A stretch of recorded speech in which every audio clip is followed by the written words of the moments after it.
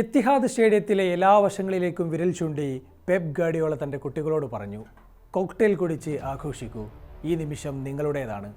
Newcastle യുണൈറ്റഡിനെതിരായ ഈ വിജയം എത്രമാത്രം വിലപ്പെട്ടതാണെന്ന് വ്യക്തമാക്കുന്നതായിരുന്നു പെപ്പിൻ്റെ മത്സരശേഷമുള്ള ഓരോ വാക്കും പ്രവൃത്തിയും. തിരിച്ചടികളിൽ നിന്ന് തിരിച്ചുവന്ന ഭൂതകാലത്തെ ഓർമ്മിപ്പിച്ച് പെപ് ഗാർഡിയോള ട്രിഗർ വലിക്കുമ്പോൾ അപ്പുറത്ത് ലണ്ടനിൽ മിക്കേൽ അർട്ടേറ്റ അസ്വസ്ഥനായാകും ഉറങ്ങാൻ കിടന്നിരിക്കുക എന്നുറപ്പ്. ഗണ്ണേഴ്സുമായുള്ള പോയിന്റ് വ്യത്യാസം 2 കുറച്ച് കൃത്യമായൊരു സന്ദേശമാണ് പെപ്പും സിറ്റിയും ഗണ്ണേഴ്സിന് നൽകുന്നത്. ഇക്കുറി അവസാന നിമിഷം വരെയും പോരാട്ടം കടുക്കുമെന്ന ശക്തമായ മുന്നറിയിപ്പ്. ഇരു ടീമുകളുടെയും ആരാധകർക്ക് സീറ്റടിച്ച് ത്രില്ലറുകളാണ് ഇനി വരാനുള്ളത്. അടുത്ത 12 മത്സരങ്ങളിൽ എന്തും സംഭവിക്കാം. പക്ഷേ പോയിന്റ് ടേബിളിനെ കുറിച്ചും ടൈറ്റിൽ റേസിനെ കുറിച്ചും ഞാൻ എൻ്റെ പ്ലേയേഴ്സിനോട് സംസാരിക്കാറില്ല. വരാനിരിക്കുന്ന മത്സരം മാത്രമായിരിക്കും ഞങ്ങളുടെ ലക്ഷ്യം. ന്യൂകാസിൽ യുണൈറ്റഡിനെതിരായ പോരാട്ടത്തിന് മുന്നോടിയായി നടത്തിയ വാർത്താസമ്മേളനത്തിൽ പെപ്പിൻ്റെ വാക്കുകൾ ഇങ്ങനെയായിരുന്നു. കോച്ചിൻ്റെ പ്രതീക്ഷക്കൊത്ത് താരങ്ങൾ മൈതാനത്ത് കളം വരച്ചപ്പോൾ ന്യൂകാസിലിൻ്റെ പോക്കറ്റിൽ നിന്ന് കവർന്നെടുത്തത് വിലപ്പെട്ട 3 പോയിന്റാണ്. എർലിംഗ് ഹാലൻഡ് പലപ്പോഴും ഡാൻബേണിൻ്റെ ടൈറ്റ് മാർക്കിങ്ങിൽ കുടുങ്ങിയപ്പോൾ ഗോളടിക്കാനുള്ള ദൗത്യം നീക്കോ ഒറേലി ഭംഗിയായി എക്സിക്യൂട്ട് ചെയ്യുന്നതാണ് മൈതാനത്ത് കണ്ടത്. മധ്യനിരയും പ്രതിരോധവും അച്ചടക്കത്തോടെ 90 മിനിറ്റും കളത്തിൽ തുടർന്നപ്പോൾ സിറ്റിക്ക് കാര്യങ്ങൾ എളുപ്പമായി. ഇനി പോരാട്ടം ആഴ്സണലിൻ്റെ കോർട്ടിലാണ്. സിറ്റി നൽകിയ സമ്മർദ്ദത്തെ അതിജീവിച്ച് വിജയിച്ചു കയറാതെ അവർക്ക് മുന്നിൽ മറ്റൊരു മാർഗമില്ല. ആദ്യ അരമണിക്കൂർ സിറ്റി ന്യൂകാസിൽ മത്സരത്തിൻ്റെ വിധി ഈ സമയം കൊണ്ട് തന്നെ കുറിക്കപ്പെട്ടിരുന്നു. എർലിംഗ് ഹാലൻഡിനെയും ഒമർ മർമൂഷിനെയും മുൻനിർത്തി 4-1-3-2 ശൈലിയിലാണ് പെപ്പ് വിന്യസിച്ചതെങ്കിൽ മറുഭാഗത്ത് സ്ഥിരം 4-3-3 ശൈലിയായിരുന്നു എഡി ഹൗവിൻ്റെ പ്ലാൻ. ആന്റണി ഗോർഡൻ, നിക് വോൾട്ട്മേഡ്, ആന്റണി എലാങ്ക എന്നിവരെ മുൻനിർത്തി മുൻ ചാമ്പ്യന്മാർക്കെതിരെ ആക്രമിക്കുക തന്നെയായിരുന്നു ന്യൂകാസിലിൻ്റെ പദ്ധതി. മാഞ്ചസ്റ്റർ സിറ്റിയുടെ മുന്നേറ്റത്തോടെയാണ് മത്സരം ആരംഭിച്ചത്. മധ്യത്തിൽ നിന്ന് ലോങ് ബോൾ സ്വീകരിച്ച് ഇടതുവിങ്ങിലൂടെ ബോക്സിലേക്ക് മുന്നേറിയ റയാൻ എഗ്നോരി ഒമർ മർമൂഷിനെ ലക്ഷ്യമാക്കി ക്രോസ് നൽകി. എന്നാൽ താരത്തിലേക്ക് എത്തും മുമ്പ് ന്യൂകാസിൽ ഡിഫൻസ് പന്ത് ക്ലിയർ ചെയ്ത് അപകടം ഒഴിവാക്കി. 14-ാം മിനിറ്റിലാണ് എത്തിഹാദ് ഗാലറി കാത്തിരുന്ന നിമിഷമെത്തിയത്. 2 താരങ്ങളെ ഓടിച്ചോൽപ്പിച്ച് മധ്യത്തിൽ നിന്ന് പന്തുമായി കുതിച്ച മർമൂഷ് നീക്കോ ഒറേലിക്ക് അത് മറിച്ചു നൽകി. ന്യൂകാസിൽ താരങ്ങൾ ഗാർഡ് എടുക്കും മുമ്പ് ബോക്സിന് തൊട്ടുപുറത്ത് നിന്ന് ഒറേലിയുടെ ഇടങ്കാലൻ കിക്ക് ഗോൾ കീപ്പറുടെ കയ്യിലിരസി വലയിലേക്ക്. അതിന് മറുനീക്കങ്ങളുമുണ്ടായി. 17-ാം മിനിറ്റിൽ ആന്റണി ഗോർഡൻ്റെ സോളോ മുന്നേറ്റം സിറ്റി ഗോൾ കീപ്പർ പാടുപെട്ടാണ് തട്ടിയകറ്റിയത്. തൊട്ടടുത്ത മിനിറ്റിൽ മർമൂഷിലൂടെ സിറ്റി എതിർ ഗോൾ മുഖം വിറപ്പിച്ചതോടെ മത്സരം ആവേശത്തിലേക്ക് വഴിമാറി. 21-ാം മിനിറ്റിൽ ലഭിച്ച കോർണർ കിക്കിലൂടെ ന്യൂകാസിൽ ഗോൾ മടക്കുകയും ചെയ്തു.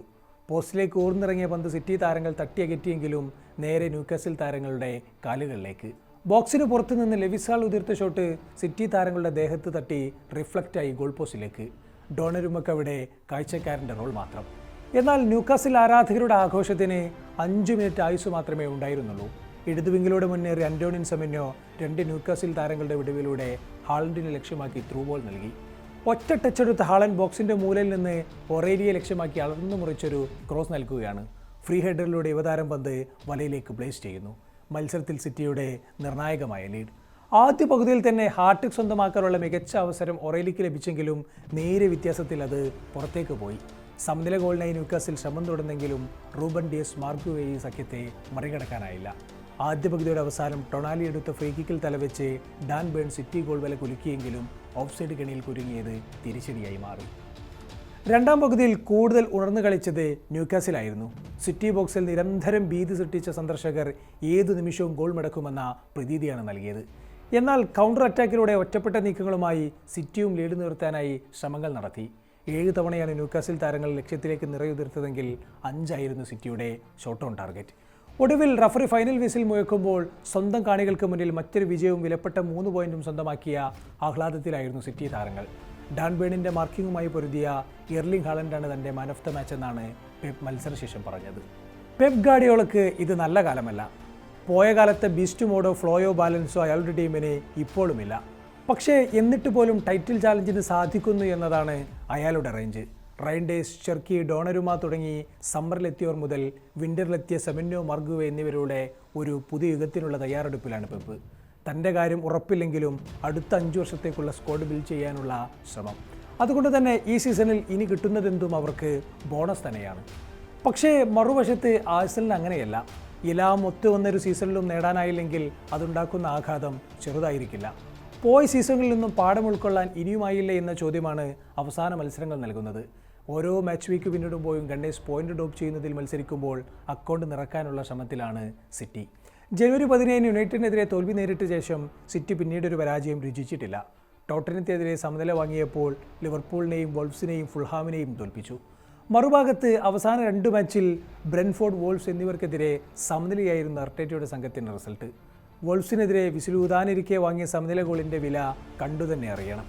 2019 അവസാന 14 ലീഗ് മത്സരങ്ങളും വിജയിച്ചാണ് ലിവർപൂളിനെ മറികടന്ന് പെപ്പും സംഘവും കിരീടം ചൂടിയത്. അതിനു മുമ്പുള്ള സീസണിൽ 18 മത്സരങ്ങളിൽ അൺബീറ്റനായി ചാമ്പ്യൻഷിപ്പിലേക്ക് മുന്നേറുന്നതും കണ്ടു. പ്രീമിയർ ലീഗ് അവസാന ലാപ്പിലേക്ക് പ്രവേശിക്കുമ്പോൾ ഈ കണക്കുകൾ സിറ്റിക്ക് കോൺഫിഡൻസ് നൽകുമ്പോൾ ഗണ്ണേഴ്സിൻ്റെ നെഞ്ചിടിപ്പ് കൂടുമെന്നുറപ്പ്. കാരണം അവർക്ക് പറയാനുള്ളത് ടേബിൾ ടോപ്പറായി പോയി പോയിന്റ് ഡ്രോപ്പ് ചെയ്ത റിവേഴ്സ് ഗിയർ ചരിത്രമാണ്. ഏപ്രിൽ 18 നടക്കുന്ന സിറ്റി ആഴ്സണൽ പോരാട്ടത്തിന് ടൈറ്റിൽ റേസിൽ നിർണായക റോളുണ്ടാകുമെന്നാണ് കരുതപ്പെടുന്നത്. മാർച്ച് 22 EFL കപ്പ് ഫൈനലിലെ പോരാട്ടം അതിൻ്റെ കർട്ടൻ റേസറുമാകും. പോയ സീസണിലേതിന് സമാനമായ അവസാന ലാപ്പിൽ കുതിക്കാൻ സിറ്റിക്കാകുമോ എന്നത് കണ്ടറിയേണ്ടതാണ്. ന്യൂകാസിനെതിരായ മത്സരത്തിൽ പോലും സിറ്റിയുടെ ദൗർബല്യങ്ങൾ തുറന്നു കാട്ടപ്പെട്ടിരുന്നു. ആഴ്സണൽ പ്രതീക്ഷയർപ്പിക്കുന്നതും സിറ്റിയുടെ ഈ അസ്ഥിരതയിലാണ്. ഇനിയുള്ള ഓരോ മത്സരവും കിരീട നിർണയത്തിൽ സുപ്രധാനമാണെന്ന ചിന്ത മറ്റാരെക്കാളും നന്നായി പെപ്പിന് തന്നെ അറിയാം. ഇതിനാൽ തന്നെ ടൈറ്റിൽ റേസുമായി ബന്ധപ്പെട്ട് ഉയർന്നു വരുന്ന ചോദ്യങ്ങളോടെപ്പോഴും കരുതലോടെ മാത്രമാണ് അദ്ദേഹം പ്രതികരിച്ചിട്ടുള്ളത്.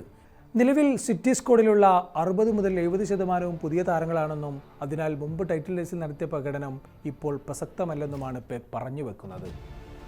Leeds United, Nottingham, West Ham, Chelsea എന്നിവർക്കെതിരെയാണ് സിറ്റിയുടെ അടുത്ത 4 മത്സരങ്ങൾ. ടോട്ടനത്തിനെതിരായ കടമ്പ കടന്നാൽ ചെൽസിയും ബ്രൈറ്റണും എവർട്ടണുമാണ് ഗണ്ണേഴ്സിനെ കാത്തിരിക്കുന്നത്.